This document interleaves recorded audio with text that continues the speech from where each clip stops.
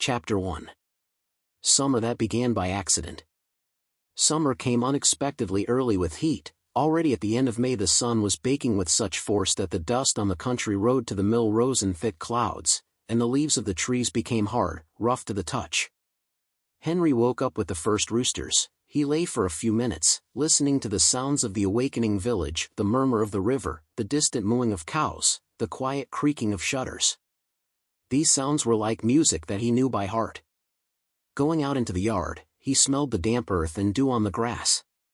His uncle's mill stood on the bank of a small river, and by midday everything around was filled with the smell of wheat, flour, and rotten straw. Inside the mill it was stuffy and dark, the wooden walls let in only rare strips of light, which illuminated the clouds of flour hanging eternally in the air. Time seemed to slow down here, obeying the heavy rotation of the millstones. The days passed monotonously, but in the evenings life was transformed. In the evening the village came to life as if it had been preparing for this moment all day. Men gathered at the shop, discussing the latest news. Women pulled out benches into the street and talked, keeping an eye on the children. And the youth flowed into the square like streams from different streets, merging into one cheerful stream. Here summer began in all its splendor.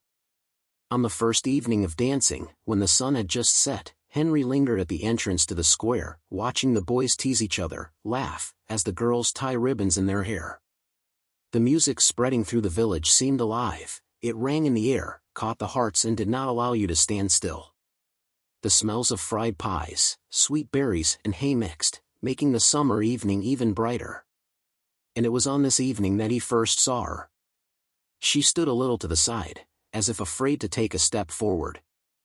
Her golden hair was slightly tousled by the evening breeze, and her eyes glittered, reflecting the light of the kerosene lanterns that were just beginning to light along the square.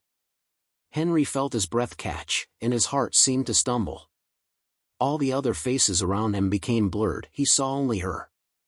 Henry watched her from afar, hiding behind the shoulders of the boys and the old cart standing at the edge of the square. He was afraid that if he approached, the words would stick in his throat and he would be embarrassed in front of everyone. But he could not take his eyes off the way she smiled, not at anyone in particular, but simply at the summer evening, the music, and the dancing couples. When a slow melody began to play, the square seemed to freeze. Even the frogs in the pond on the other side of the village fell silent, listening to the sounds of the violin and the accordion.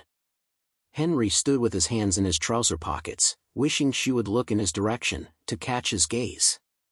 But every time her eyes slid past him, he felt a pang of sweet longing.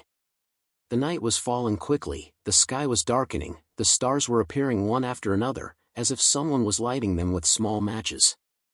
The air was cooling, filling with the aroma of damp grass and smoke from the fires that had begun to be lit near the houses.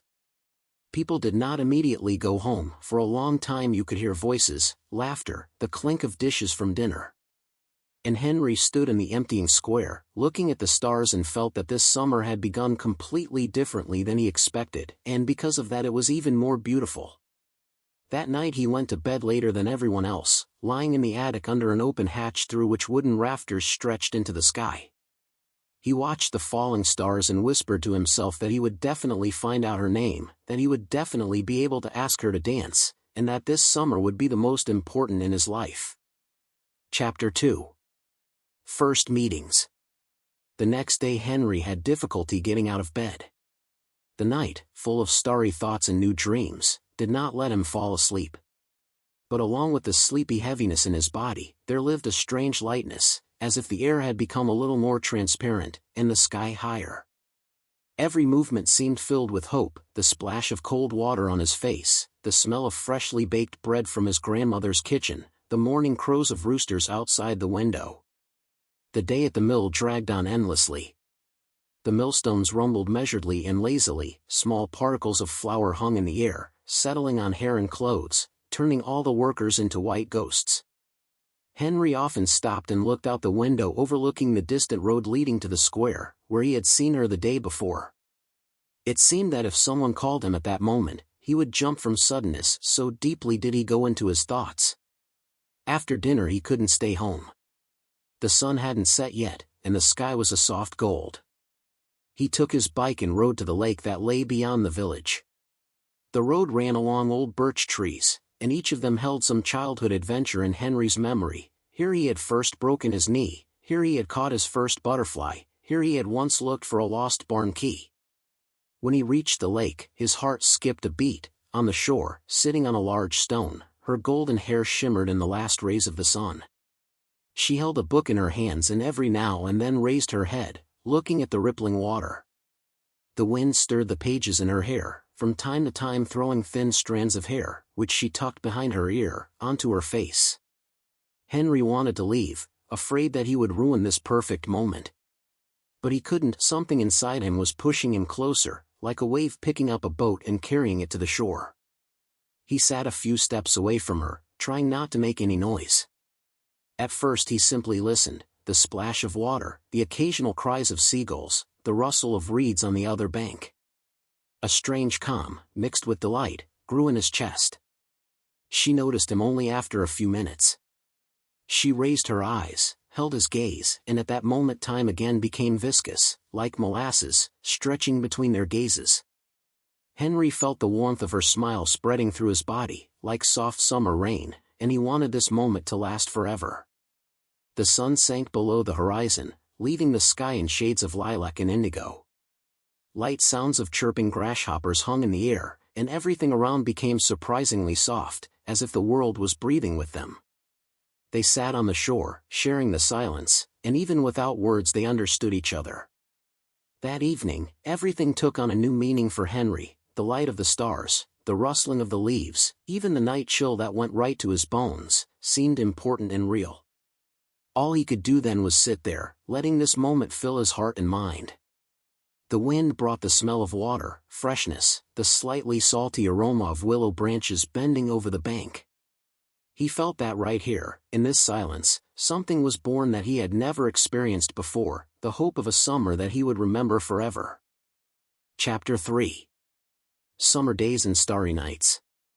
From then on, they met by the lake every evening, as if this place had become their little secret world. Henry worked at the mill during the day, but his thoughts kept returning to these meetings.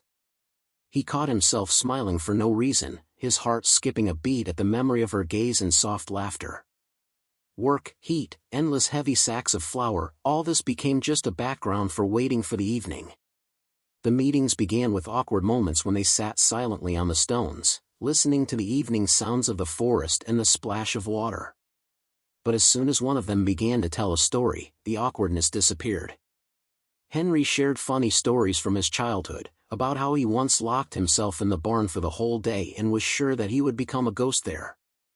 She talked about her old life in the city, about how she missed nature in the evenings when she could sit barefoot in the grass and look at the moon.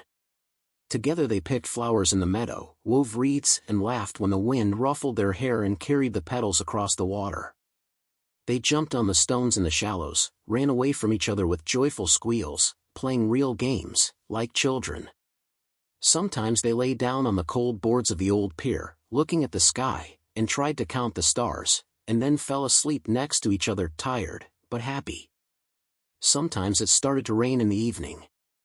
Warm drops knocked on the leaves, on the water, on their hair.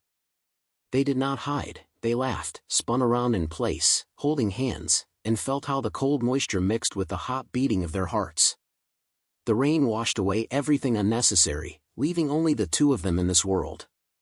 Henry noticed more and more how his view of the village changed.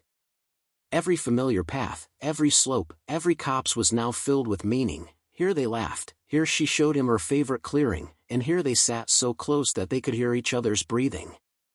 The whole space around them became filled with life and feeling. Sometimes they were silent under the stars, and in that silence something more than words was born.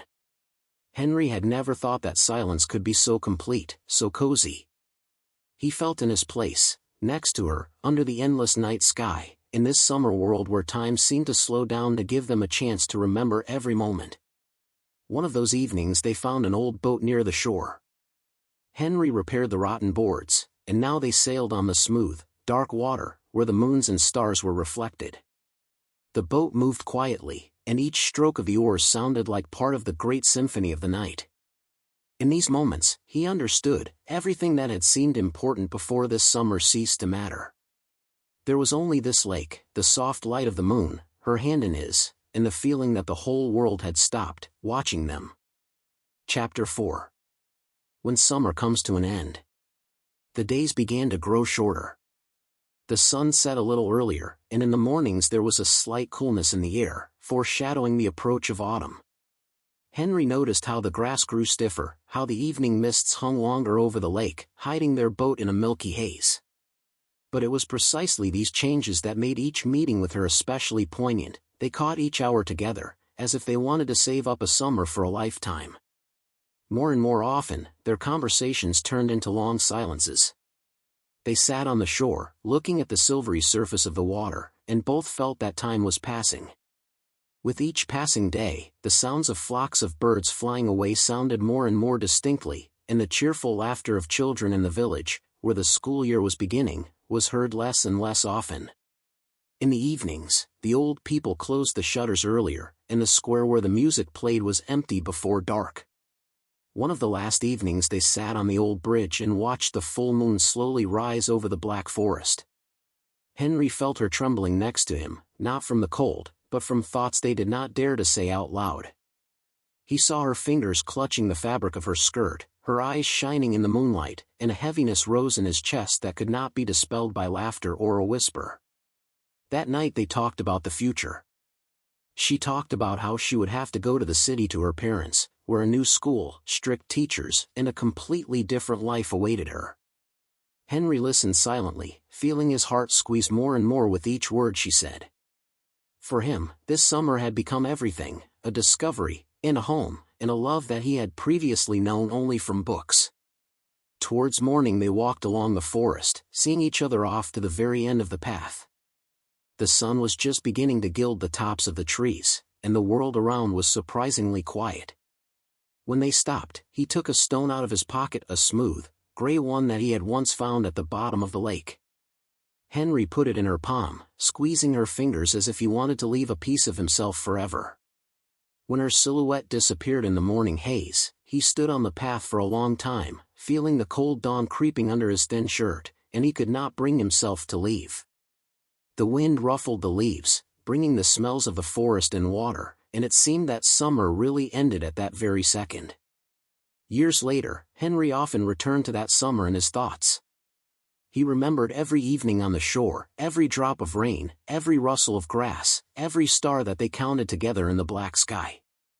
And even when his hair turned gray and his hands began to tremble with old age, he kept that gray stone as a reminder of the summer that taught him to love and believe that even the shortest moment can stay with you forever.